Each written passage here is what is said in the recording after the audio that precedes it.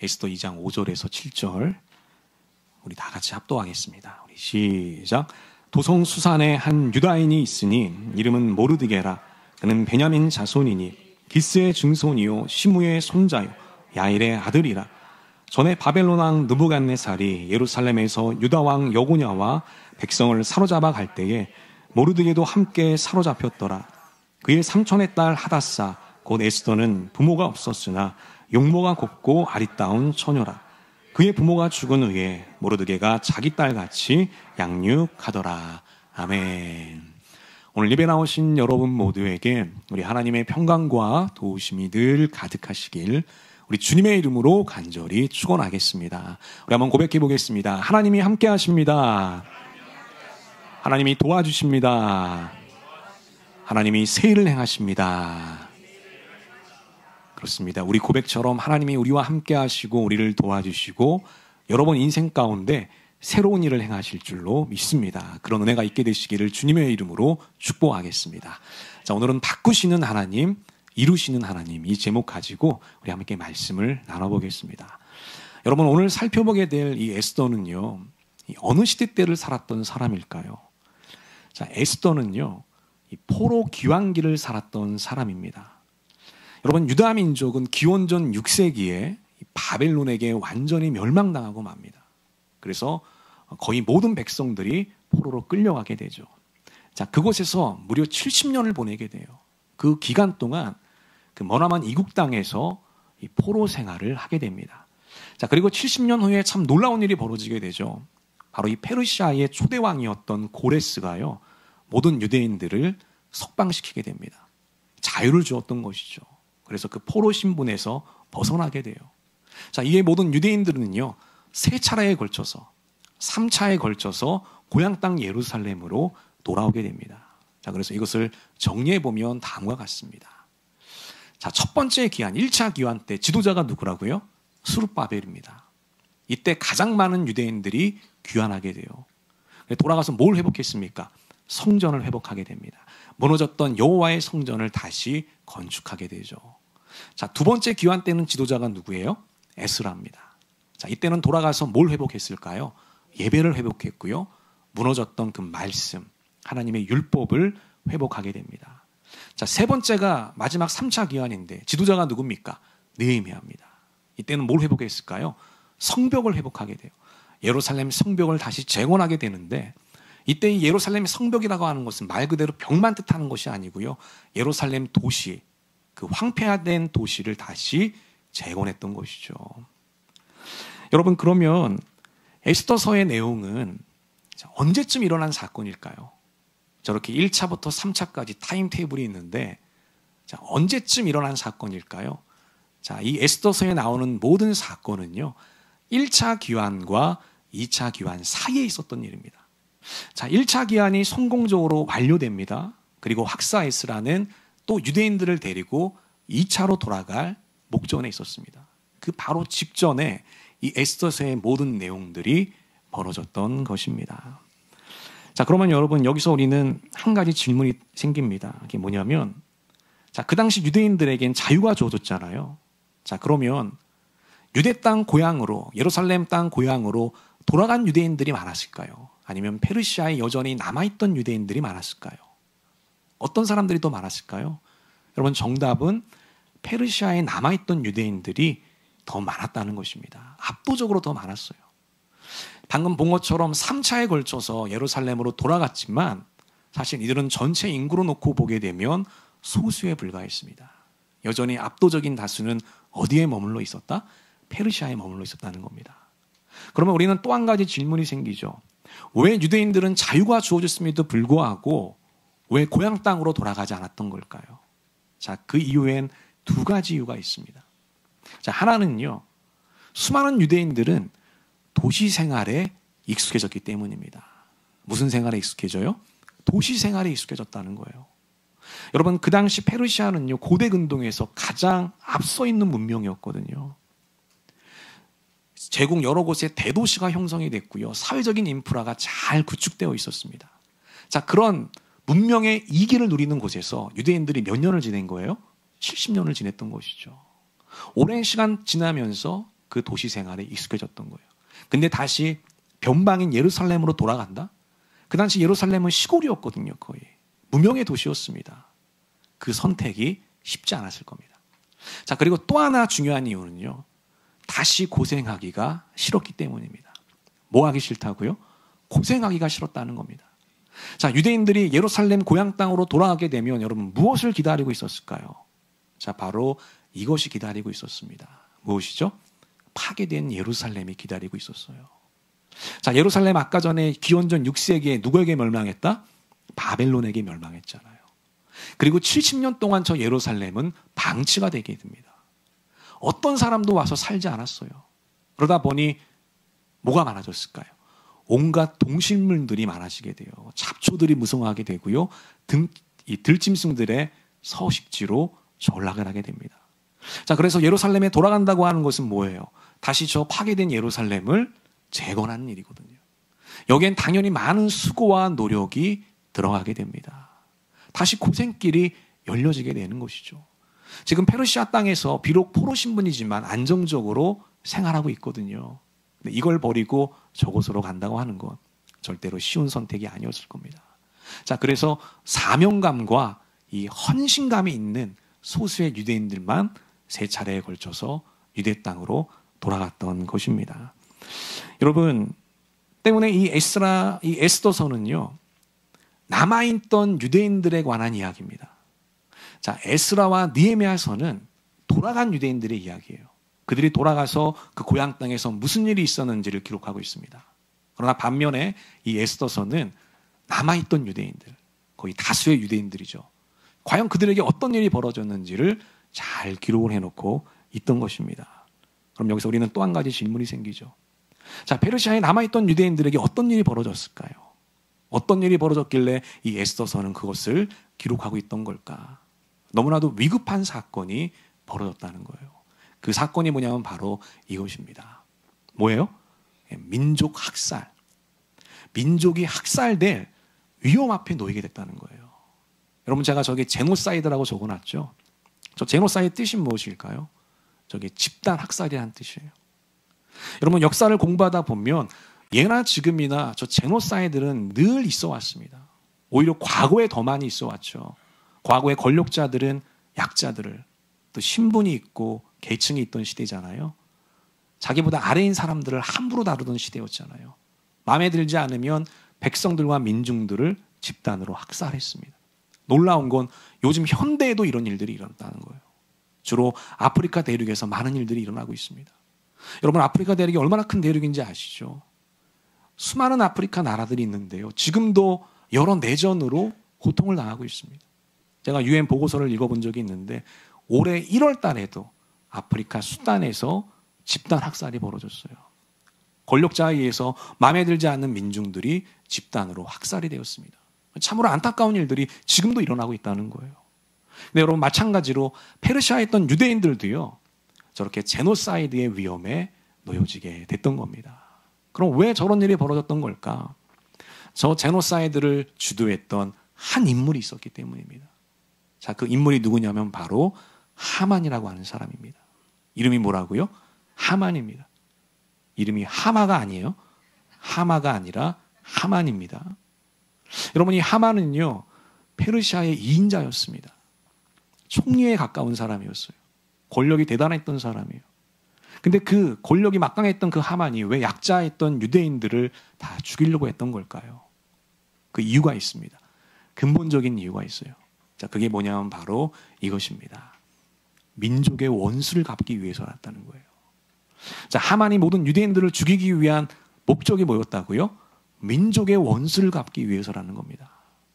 자, 우리 에스더 우리 3장 우리 1절 다 같이 한번 읽어보겠습니다. 우리 시작. 그 후에 아수르의 왕이 아각 사람 함무다다의 아들 하만의 주위를 높이 올려 함께 있는 모든 대신 위에 두니. 아멘. 이 구절은 페르시아의 왕이요, 이 하만을 2인자로 올리는 장면입니다. 자, 모든 대신 위에 두었다고 얘기하죠. 왕보다는 밑에 있고 모든 신하보다는 위에 있는 것이죠. 2인자였던 겁니다.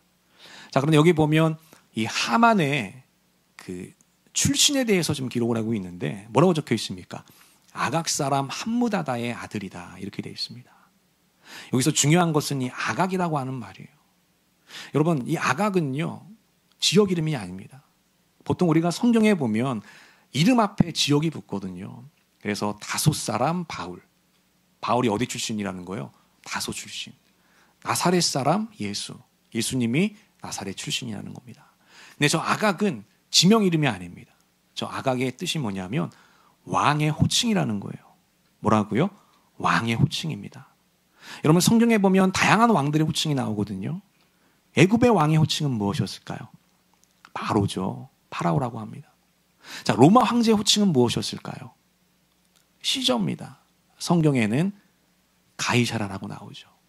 카이사르죠. 여러분, 저 아각도요, 왕의 호칭이었어요. 바로 아말렉 족속의 그 왕의 호칭이었다는 것이죠.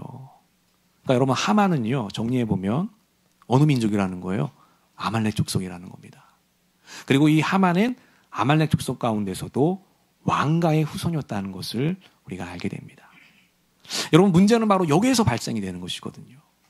자, 이스라엘과 아말렉 족속은요, 사이가 좋지 않았습니다. 사실 사이가 좋지 않은 것이 아니라 거의 원수지간이었다는 것이죠. 우리가 구약 성경을 보게 되면 이 아말렉 족속이 끊임없이 이스라엘 백성들을 괴롭힙니다. 그래서 하나님이 뭐라고 얘기하냐면 나중에 너희들이 가나안 땅에 들어가서 자리를 잡게 되거든 이 아말렉 족속을 완전히 진멸해야 된다. 이렇게 얘기했거든요. 그러니까 하나님의 심판이 맺던 겁니다. 그래서 실제로 아말렉 족속은요, 거의 진멸되게 됩니다. 근데 문제는 뭐냐면 거의 진멸됐다는 거예요. 하나님은 뭐라고 명령했죠? 완전히 진멸해라. 근데 사울왕은 어떻게 했냐면 거의 진멸하게 됩니다. 이 뜻은 뭐예요? 살아남은 사람들이 있다라는 것이죠.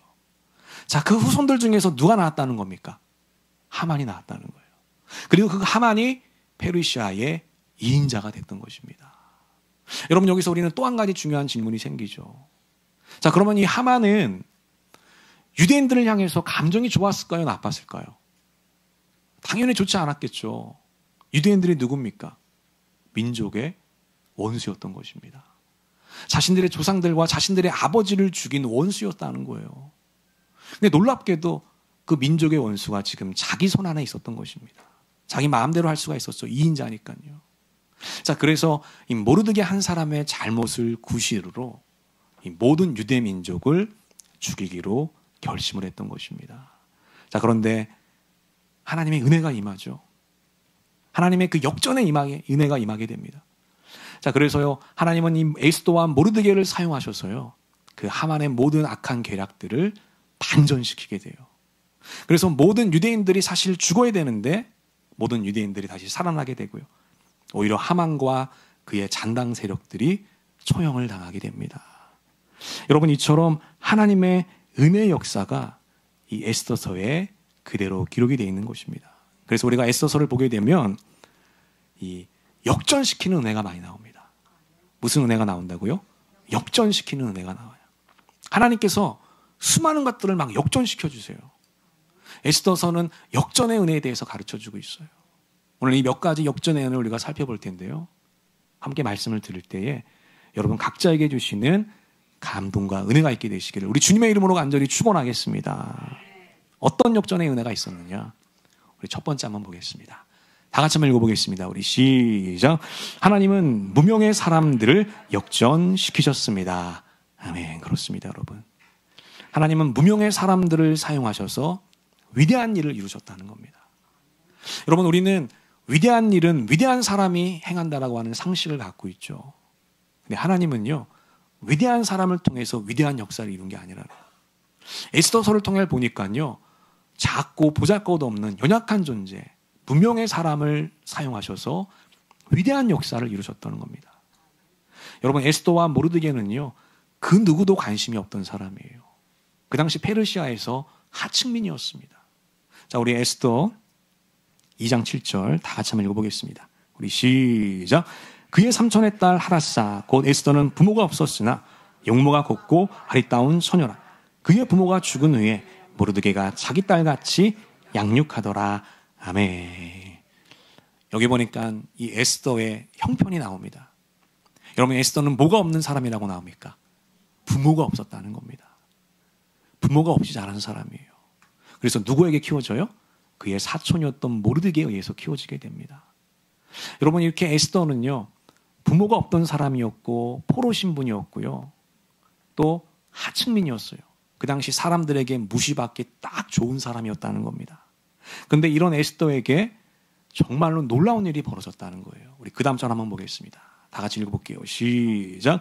왕이 내린 명령과 조서가 공포되니 관리들은 천연을 많이 뽑아서 도산수성으로 보내고 헤게가 그들을 맡아 돌보았다. 에스더도 뽑혀서 왕궁으로 들어가 궁녀를 맡아보는 헤게에게로 갔다. 아멘. 여기 보니까 왕이, 페르시아 왕이요, 새로운 왕비를 뽑기 위해서 이 제국에 있던 처녀들을 모집하게 됩니다.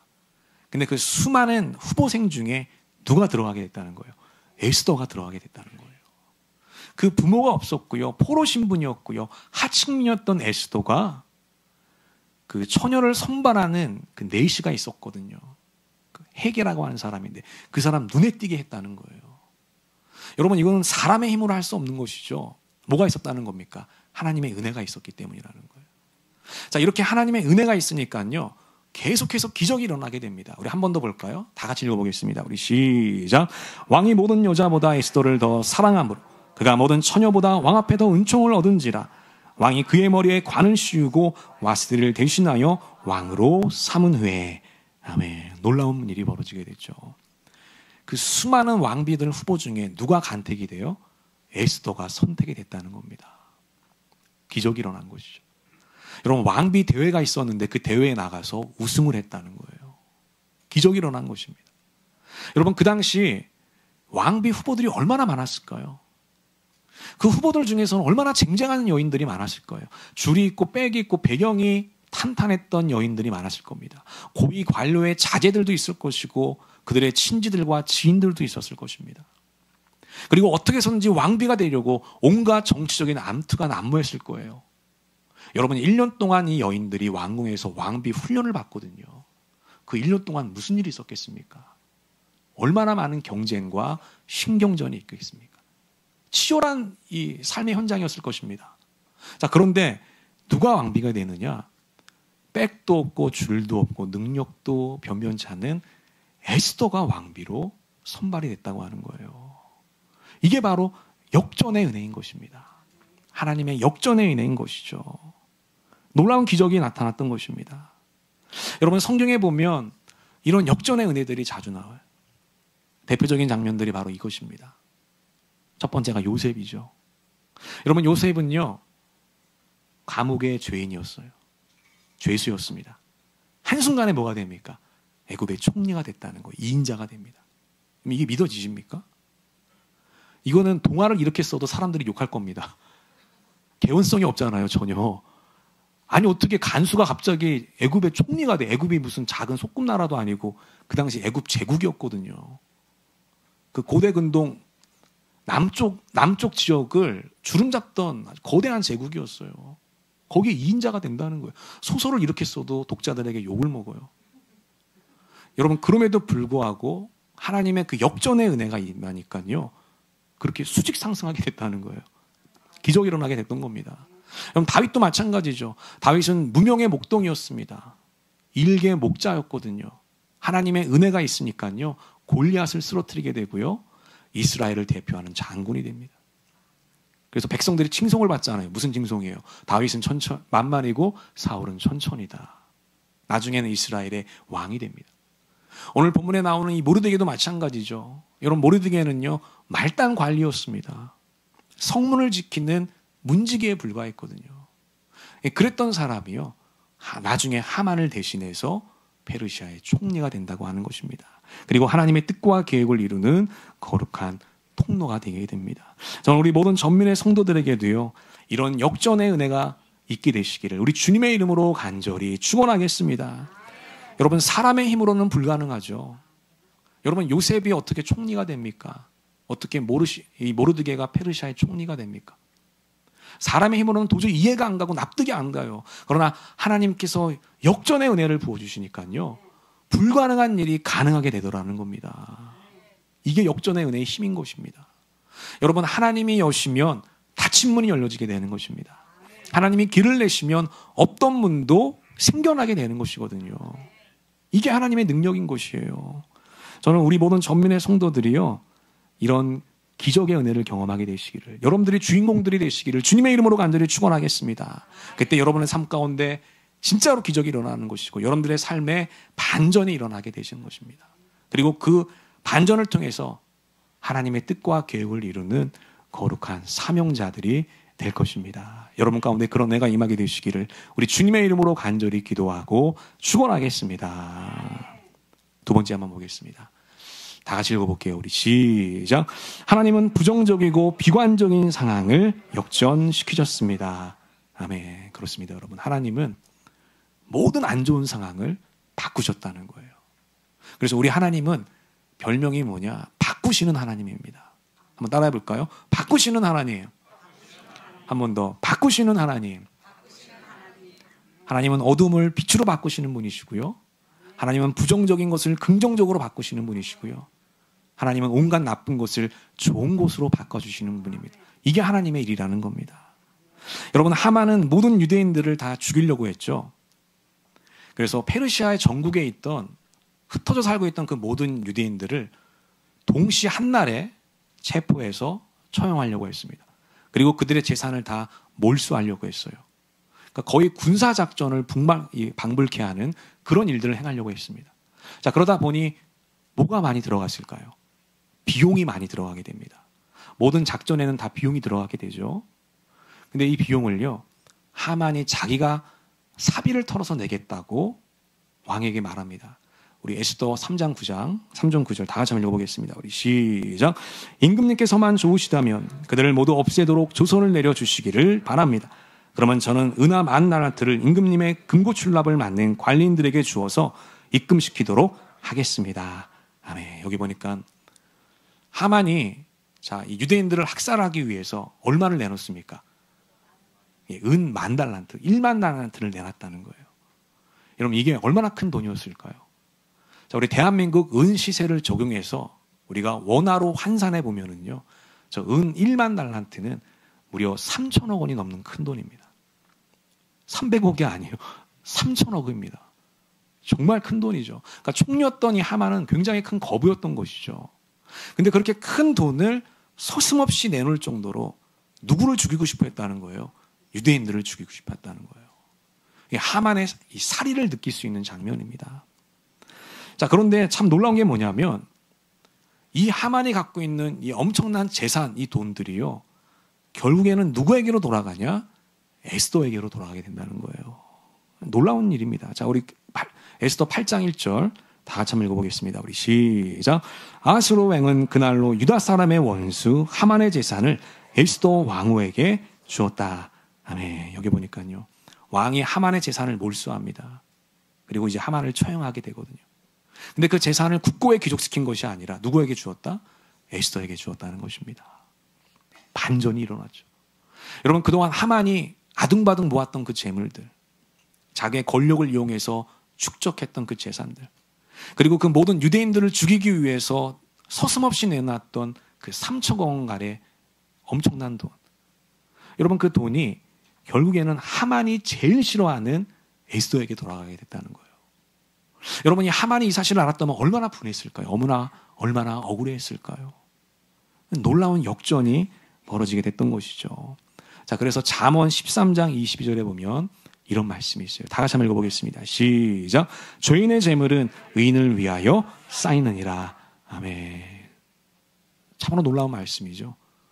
이 죄인들의 그 불법적인 재물은요, 결국 의인들에게로 돌아간다는 거죠.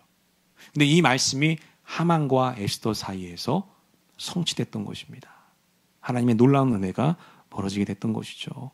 여러분, 이처럼 우리 하나님은요, 상황을 역전시키는 분이에요. 사람은 환경의 지배를 받습니다.